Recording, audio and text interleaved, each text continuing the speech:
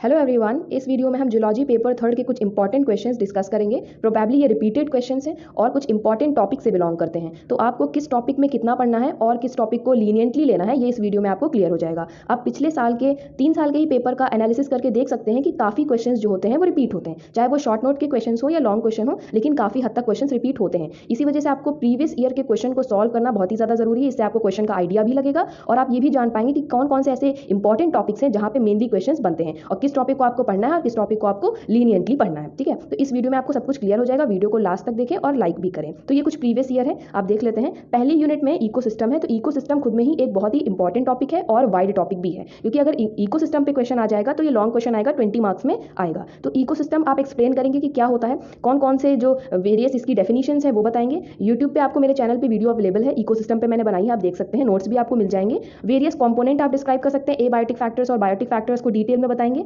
उसके बाद आप वेरियस टाइप ऑफ इकोसिस्टम बता सकते हैं कि तरह तरह के इकोसिस्टम जो है एग्जिस्ट करते हैं, ये आप बता सकते हैं। फिर इसको बताने के बाद आप कुछ कैरेक्टरिस्टिक फीचर्स बता देंगे इकोसिस्टम के, कुछ मेरिट्स या डीमेरिट्स बता सकते हैं, उसकी सिग्निफिकेंस बता सकते हैं। इससे क्या होता है, ज़्यादा से ज़्यादा हेडिंग आप यूज़ करेंगे, आंसर आपका थोड़ा बड़ा दिखेगा और इंपैक्ट भी अच्छा पड़ेगा। और आप इकोसिस्टम में डायग्राम भी बहुत आसानी से बना सकते हैं। फिर आप एट लास्ट में इतनी चीज़ें बताने के बाद, कैरेक्टरिस्टिक फीचर के बताने के बाद, आप कोई भी एक एग्जाम्पल को एक्सप्लेन कर सकते हैं। एग्जाम्पल मीन्स आप किसी भी एक इकोसिस्टम को ब्रीफली एक्सप्लेन कर सकते हैं, चाहे वो आप फॉरेस्ट इकोसिस्टम ले लें या पॉन्ड इकोसिस्टम ले लें, जो भी इकोसिस्टम आपको बेहतर तरीके से आता हो। तो ये आप जरूर ध्यान रखेंगे कि इकोसिस्टम की डेफिनेशन, उसके कैरेक्टरिस्टिक फीचर सब कुछ तैयार करने के साथ साथ आप कोई भी एक इकोसिस्टम अच्छे से तैयार करेंगे, चाहे वो फॉरेस्ट हो, चाहे पॉन्ड इकोसिस्टम हो, चाहे ग्रासलैंड हो। कोई भी इकोसिस्टम आपको डिटेल में आना चाहिए, उसका फिगर आना चाहिए, जिससे कि आप एक क्वेश्चन आएगा तो उसको इलैबोरेट मेथड में कर पाएंगे।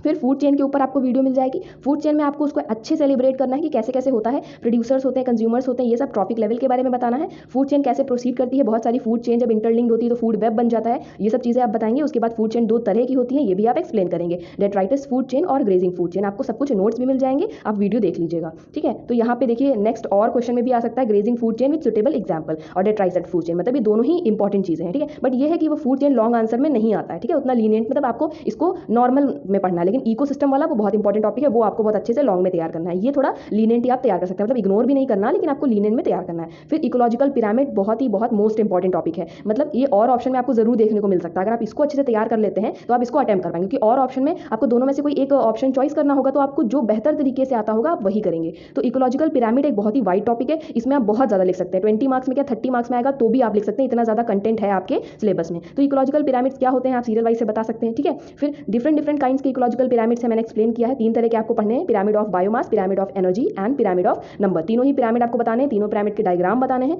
तो ये वीडियो भी आपको मिल जाएगा चैनल पे, यहाँ से आप उसके नोट्स देख सकते हैं। इकोलॉजिकल पिरामिड्स देख सकते हैं आप कितनी बार पूछा गया है। फिर एनर्जी फ्लो के बारे में बताएंगे, इसमें इकोसिस्टम में कैसे एनर्जी फ्लो होती है। 10% लॉ पे फ्लो होती है, ट्रॉफिक लेवल बनाएंगे, डायग्राम की मदद से आप इसको बता सकते हैं। पूरा आप एक ट्रॉफिक लेवल वाला पिरामिड बनाएंगे, फिर दिखाएंगे। आप इसमें जो मैंने पिरामिड ऑफ एनर्जी बताया है वही चीज़ यहाँ पे अपने नोट्स में भी लिख सकते हैं और एक्सप्लेन भी कर सकते हैं कि कैसे एनर्जी फ्लो होती है किसी भी पिरामिड में या किसी भी इकोसिस्टम में। 10% लॉ को फॉलो करती है, आप वहाँ से इसको समझ लीजिएगा।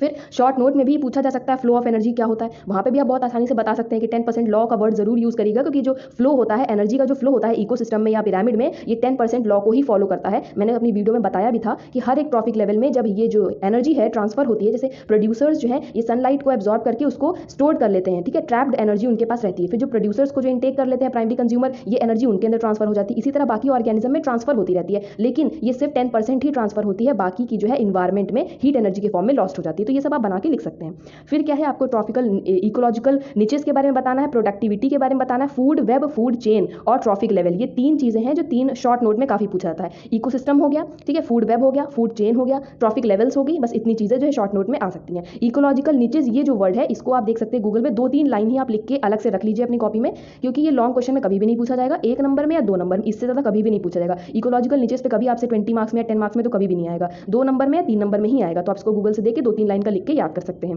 ठीक है, फिर इकोलॉजिकल निचेस के बारे में जब आप पढ़ेंगे तभी आपको पता चलेगा कि हैबिटेट निच भी इसी के अंदर की एक कैटेगरी है, तो उसके बारे में भी आप बता सकते हैं, एग्जांपल बता सकते हैं। फिर ट्रॉफिक लेवल्स में बता चुकी हूँ, शॉर्ट नोट में भी आप तैयार करेंगे, लॉन्ग में तो इसे तैयार करना ही है आपको, जब पिरामिड पढ़ेंगे तो उसमें लॉन्ग में भी तैयार हो जाएगा। फिर सेकंड है हमारे बायोटिक और एबायोटिक फैक्टर्स के बारे में। तो यहाँ हम देख लेते हैं, इसमें उतना ज़्यादा कुछ भी इंपॉर्टेंट नहीं है। आप देख सकते हैं कोई भी चीज़ नहीं है जो बार बार रिपीट हुई हो। सिर्फ एक ऐसा क्वेश्चन है कि बायोटिक फैक्टर्स ऑफ इन्वायरमेंट के जितने भी लिविंग फैक्टर्स हैं उनको आपको डिटेल में बताना है, या आप बना के भी लिख सकते हैं। लाइट विंड के बारे में ये सब बना के भी लिखा जा सकता है, यही पूछा गया। बाकी पूरी यूनिट से इतना ज़्यादा कुछ भी नहीं पूछा गया है, तो आप इसको थोड़ा लीनियंट ले सकते हैं। लेकिन को फैक्टर के बारे में और ये टोपोग्राफिक फैक्टर्स क्या होते हैं, इनके बारे में एक एक नंबर के मतलब हिसाब से पढ़ लीजिएगा, थोड़ा बहुत, पूरा इग्नोर नहीं करिएगा। लेकिन आपको इसमें बहुत ज़्यादा डिटेल में पढ़ने की कोई ज़रूरत नहीं है। फिर देख लेते हैं पोल्यूशन के बारे में। इसके ऊपर लॉन्ग क्वेश्चन पूछा गया, आप खुद ही देख सकते हैं। पॉपुलेशन क्या होता है और उसके कैरेक्टरिस्टिक फीचर आपको बताने हैं। फिर आपको एज पिरामिड के बारे में बताना है, ये पॉपुलेशन कैटेगरी के अंदर ही आता है। एक तो आपके एग्जाम की डेट इतनी पास आ गई और मैं रेगुलरली वीडियोस अपलोड नहीं कर पा रही हूँ, नहीं, सारे नोट्स मेरे पास रखे हुए हैं, सिर्फ टाइम की शॉर्टेज होने की वजह से मैं अपलोड नहीं कर पाती हूँ, नहीं तो सभी नोट्स आपको मिल जाते। फिर नेक्स्ट देख लेते हैं यहाँ पे, ये जो है ये माइक्रो का भी क्वेश्चन है, बिकॉज मैंने माइक्रो लिया था इस वजह से मैंने लिख रखा है। ये भी क्वेश्चन आया था, इसमें इंट्रा स्पेसिफिक और इंटर स्पेसिफिक रिलेशनशिप के बारे में बताना था, माइक्रोबियल रिलेशनशिप के बारे में यहाँ पे डिस्क्राइब करना था, जो भी माइक्रोबियल इंटरैक्शंस होते हैं दो स्पीशीज के बारे में। यहाँ पे मैं थोड़ा सा आपको हिंट दे दूं, जैसे आपने म्यूचुअलिज्म के बारे में पढ़ा होगा, जो लाइकेंस होते हैं म्यूचुअलिज्म का एग्जाम्पल है, जिसमें एल्गी और फंजाई साथ में सिम्बायोटिक एसोसिएशन बना के रहते हैं, और सिम्बायोटिक एसोसिएशन में उसे मतलब एल्गी और फंजाई को ही लाइकेन कहते हैं। तो ये म्यूचुअलिज्म के अंदर एक एग्जाम्पल हो गया। वैसे ही कॉमन सेलिज्म है, एमन सेलिज्म है, बहुत सारी चीजें हैं, ये सभी माइक्रोबियल इंटरैक्शन के अंदर आती हैं। ठीक है, फिर है इकोलॉजिकल सक्सेशन के बारे में, इसमें मेरी वीडियो अपलोडेड है, आप लॉन्ग आंसर तैयार करेंगे, मैं काफी बार बता चुकी हूँ। ठीक है, क्योंकि लॉन्ग आंसर आ सकता है। फिर कंटेंट भी अच्छा खासा है इसमें। प्राइमरी और सेकेंडरी सक्सेशन क्या है, ये एक एक दो दो नंबर में आप तैयार करेंगे। ठीक है, एक एक दो दो नंबर में इस तरह तैयार करेंगे कि छोटी डेफिनेशन आप याद कर सकते हैं, दो दो तीन तीन लाइन की, जिससे कि आप इकोलॉजिकल सक्सेशन जब याद करेंगे तो उसमें पूरा आप जो नोट्स होंगे उसमें आप प्राइमरी और सेकेंडरी सक्सेशन ऑब्वियस सी बातें याद करेंगे, उसी के अंदर की ये है, मतलब पूरा कंटेंट है, तो ये आप आसानी से लिख सकते हैं। फिर एक्वेटिक इकोसिस्टम में सक्सेशन कैसे होता है, ये मैंने अपने नोट्स में, जो मैंने इकोलॉजिकल सक्सेशन के नोट्स अपलोड किए हैं उसमें ये मैंने डाला है कि एक्वेटिक इकोसिस्टम का मैंने उसमें डायग्राम बताया, तो वहां से आप डायग्राम भी देख सकते हैं और उसके बारे में लिख भी सकते हैं कि कैसे एक एक स्टेप्स है जो सक्सेशन बढ़ता जाता है। फिर क्लाइमैक्स के बारे में, दो तरह के क्लाइमैक्स के थ्योरी भी है शायद आपके सिलेबस में, मोनो क्लाइमैक्स थ्योरी है और पॉली क्लाइमैक्स थ्योरी है, तो उन दोनों के बारे में आप एक एक दो दो लाइन पढ़ लीजिएगा, जिससे कि अगर आ जाएगा 5 नंबर में या 2 नंबर में तो आप लिख सकते हैं उसके बारे में। बहुत ही ज्यादा डीप में इसमें आपको नहीं जाना क्लाइमैक्स थ्योरी वाले में। ठीक है, क्लाइमैक्स में आप एक एक दो दो नंबर का ही पढ़ेंगे, बस सक्सेशन वाला जो टॉपिक है इकोलॉजिकल सक्सेशन, ये आपको बहुत लॉन्ग आंसर तैयार करना पड़ेगा। ठीक है, फिर देख लेते हैं यहाँ पे एडेप्टेशन के बारे में आ जाएगा। एडेप्टेशन मतलब एनिमल्स की जितनी भी एडेप्टेशन होती है उसके ऊपर एक लॉन्ग क्वेश्चन, इसे भी आपको लॉन्ग में तैयार करना पड़ेगा, क्योंकि ये लॉन्ग में आया हुआ है, देख सकते हैं आप 2014 में आया हुआ है। माइक्रोबायोलॉजी का थोड़ा बहुत कंटेंट आपको पढ़ना होगा, बैक्टीरियाज के बारे में पढ़ लीजिएगा, वायरसेस के बारे में पढ़ लीजिएगा, उनके मतलब क्लासिफिकेशन कैसे कैसे बैक्टीरिया किया गया है। मैंने वीडियोस 2 अपलोड करी बैक्टीरिया के बारे में, आप वहां से देख सकते हैं कैसे कैसे क्लासिफाई किया गया, वायरसेस को कैसे क्लासिफाई किया गया है, वो आप यहाँ पे देख लेंगे। बस इतनी चीजें आपको यहाँ पे पढ़नी है। फिर यहाँ देख सकते हैं एंडोस्पोर, ये बहुत इंपॉर्टेंट है क्योंकि एंडोस्पोर फॉर्मेशन लॉन्ग में पूछा जा सकता है। अगर पेपर आपका थोड़ा सा भी टिपिकल फ्रेम होता है तो वैसे एंडोस्पोर ज्यादा आता तो नहीं है, लेकिन आ सकता है एंडोस्पोर फॉर्मेशन, ये थोड़ा सा टिपिकल पेपर फॉर्म होगा तो आएगा, तो आपको ये तैयार कर लेना। ठीक है, वायरसेस के बारे में ये मैं बता चुकी हूँ, आप पढ़ लेंगे। वायरसेस के बारे में जब तैयार करेंगे तो मॉर्फोलॉजी, क्लासिफिकेशन, हर चीज आप वायरसेस की तैयार कर लेंगे, तो उसी के अंदर आपके शॉर्ट नोट भी कवर हो जाएंगे। फिर बैक्टीरियोफेजेस क्या होते हैं, कुछ ऐसे वायरसेस जो बैक्टीरिया को इन्फेक्ट करें, उन्हें हम बैक्टीरियोफेजेस कहते हैं। तो इसको तो आपको पढ़ने की कोई जरूरत नहीं, आप एक दो लाइन में ऐसे ही बना के लिख सकते हैं कि ऐसे वायरसेस जो बैक्टीरिया को इन्फेक्ट कर, जैसे टीएमवी हो गया एग्जाम्पल में, तो इस तरह आप लिख सकते हैं। ठीक है, टोबैको मोज़ैको वायरस, इसी के बारे में मैंने बताया भी। ठीक है, तो ये बैक्टीरियोफेज है और टीएमवी का स्ट्रक्चर आप एक बार देख लीजिएगा, बहुत ही इजी स्ट्रक्चर है, आप तुरंत बना, ऊपर डायमंड शेप का ऐसे होगा, फिर लॉन्ग सी स्टिक होगी, नीचे पैर होंगे, मतलब डायग्राम जरूर देख लीजिएगा, क्योंकि अगर आ जाता है बैक्टीरियोफेजेस से रिलेटेड तो आप आसानी से लिख सकते। मान लीजिए बैक्टीरियोफेजेस के बारे में नहीं भी आता है, अगर वायरसेस के बारे में भी आता है तो आप कैसे स्मार्ट वर्क करेंगे, वायरसेस के बारे में एक्सप्लेन करेंगे क्या होते हैं। ठीक है, उनके पास क्या डिवॉइड होता है, क्या लैकिंग होता है, वायरसेस वॉयरॉइड के बारे में भी बता सकते हैं, उनके कैरेक्टरिस्टिक फीचर्स बता सकते हैं, वायरसेस का क्लासिफिकेशन कैसे किया है, मॉर्फोलॉजी कैसी होती है। एग्जाम्पल में आप बता सकते हैं कुछ ऐसे वायरसेस होते हैं जो बैक्टीरिया को इन्फेक्ट करते हैं, जैसे कि उनको हम बैक्टीरियोफेज कहते हैं, और बैक्टीरियोफेज का एग्जाम्पल है टीएमवी, टोबैको मोज़ैक वायरस, उसका स्ट्रक्चर आप बना देंगे। इससे क्या होगा, आपका आंसर बहुत ही ज्यादा बड़ा दिखने लगेगा। तो इस तरह छोटी छोटी चीजें आप तैयार कर सकते हैं। फिर साइनोबैक्टीरिया, आर्कीबैक्टीरिया, बैक्टीरिया के सिर्फ फॉर्म है। ठीक है, ये जरूरी नहीं है ये आए ही, क्योंकि मतलब कभी कभी ऐसा होता है पेपर में शॉर्ट नोट ऐसे आ जाते हैं जो कभी दोबारा नहीं आए वो। ठीक है, तो जो मोस्टली रिपीटेड है आप उनको जरूर तैयार करिएगा, उनको स्किप नहीं करिएगा। बाकी नई चीजें जो आने वाली है वो तो कोई उसे प्रिडिक्ट नहीं कर सकता ना, तो ये चीजें हैं। ठीक है, फिर यहाँ पे आपको बैक्टीरिया की फिजियोलॉजी और मेटाबॉलिज्म बताना है, ये भी उतना ज़्यादा इंपॉर्टेंट नहीं है। टीएमवी के ऊपर इसका पूरा रेप्लिकेशन विद डायग्राम ये बिल्कुल भी इंपॉर्टेंट नहीं है, मैंने तो जितने भी प्रीवियस से देखे ये क्वेश्चन मैंने नहीं देखा। ठीक है, उसके बाद रेप्लिकेशन ऑफ बैक्टीरियोफेजेस, ये सब माइक्रो का पार्ट है। ठीक है, माइक्रोबायोलॉजी का पार्ट है, ये भी बिल्कुल भी नहीं पूछा गया है। फिर आप ये जरूर तैयार करेंगे, ये बहुत ही इंपॉर्टेंट है। देखिए जो चीजें इंपॉर्टेंट है जो मैंने देखी है लास्ट ईयर 5-6 साल में, वो आप जरूर ध्यान रखेंगे। यहाँ पे फूड बॉर्न जितनी भी डिजीजेज है, वाटर बॉर्न जितनी डिजीज है, soil born, air born, viral diseases, bacterial diseases, ये सभी डिजीजेज आपको बहुत अच्छे से तैयार करनी है। मीन्स अगर आ जाता है तो आपको लॉन्ग आंसर में क्या आपको 6-7 डिजीजेज नहीं तैयार करनी है, आपको क्या करना है, सिर्फ एक्सप्लेन करना है कि जो बैक्टीरियल डिजीजेज होती हैं वो बैक्टीरिया के द्वारा होती हैं, ये सिम्टम्स होते हैं जो कॉमन सिम्टम्स सभी डिजीज में पाए गए हैं बैक्टीरियल डिजीज के, वो कुछ आप सिम्टम्स उसमें बता देंगे। उसके बाद किसी भी एक बैक्टीरियल डिजीज को आप डिटेल में बता दें, जैसे टाइफॉइड हो गया, कॉलरा हो गया, किसी को भी एक डिटेल में बता सकते हैं। सकते हैं। वैसे फूड बॉर्न, जो फूड के कंटामिनेशन को हम, जैसे फूड का कंटामिनेशन होता है उससे जो फैलती हैं, ठीक है। और वाटर बॉर्न डिजीजेज जैसे कॉलरा हो गया, ये वाटर कंटामिनेशन से फैलती, वाटर बॉर्न हो गई। सॉइल बॉर्न आप लिख देंगे। एयर बॉर्न कौन सी हो गई, जो हवा के माध्यम से फैलती है, वो एयर बॉर्न डिजीज हो गई। वायरल, जो वायरस से फैलती है, इन्फ्लुएंजा हो गया, कॉमन कोल्ड हो गया, कॉमन कोल्ड राइनो वायरस से होता है ना,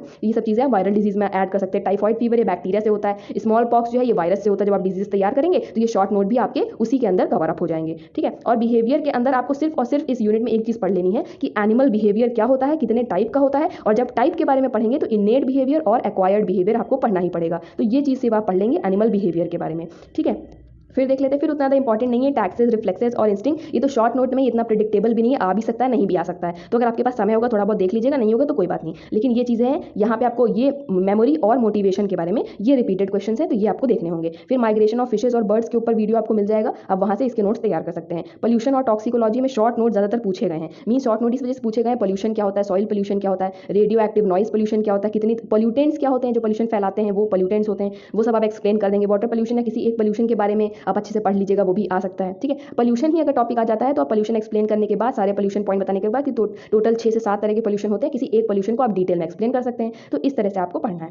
फिर क्या होगा, ग्रीन हाउस इफेक्ट है, एसिड रेन है, इन सब के बारे में आप देख लीजिएगा। मतलब हिंदी में मीनिंग भी जरूर देख लीजिएगा कि क्या एक्चुअली में होता है, एसिड रेन क्या होती है, SO2 और किस मतलब किस किस एसिड से मिलने से एसिड रेन होती है, क्या क्या डिस्ट्रॉय करती, डैमेज फैलाती है, सब आप हिंदी में देख सकते हैं। उसके बाद जेनोबायोटिक्स पे क्वेश्चन आया हुआ है, आप देख सकते हैं। तो जेनोबायोटिक्स क्या होते हैं ये आप तैयार कर लीजिए। शॉर्ट नोट में आएगा प्रोबेबली मे बी, क्योंकि लॉन्ग में तो नहीं आएगा, लॉन्ग में आने लायक इतना कुछ कंटेंट है नहीं इसमें। तो आप 2 नंबर में इसको जेनोबायोटिक्स को देख सकते हैं कि जेनोबायोटिक्स क्या होते हैं। उसके बाद इफेक्ट और रिस्पॉन्स, ये भी इतना जरूरी नहीं है, लेकिन ये जरूरी है यहाँ पे। डोज रिस्पॉन्स रिलेशनशिप, ये आप जरूर पढ़ेंगे। डोज रिस्पॉन्स रिलेशनशिप क्या होता है, इसका पूरा ग्राफ बनेगा आपकी बुक में। अगर आपके पास टेक्स्ट बुक होगी तो आप देखेंगे उसमें डोज रिस्पॉन्स रिलेशनशिप का ग्राफ है। आप ये 2 तैयार करेंगे और ये 3 चीजें आप जरूर तैयार करेंगे। मैंने देखा ये 3 चीजें तो बहुत ही ज्यादा रिपीट होती हैं। LD50 क्या होता है, LC50 क्या होता है, मार्जिन ऑफ सेफ्टी क्या होता है। डोज रिस्पॉन्स रिलेशनशिप से रिलेटेड ही मतलब जुड़ी हुई तीनों चीजें हैं, तो इनको आप जरूर तैयार करेंगे। शॉर्ट नोट में काफी बार पूछी गई हैं, ठीक है। तो ये हो गया पेपर 1 पेपर 3 का डिस्कशन। आई होप आपको ये वीडियो अच्छी लगी हो, अच्छे से प्रिपरेशन करिए अपनी।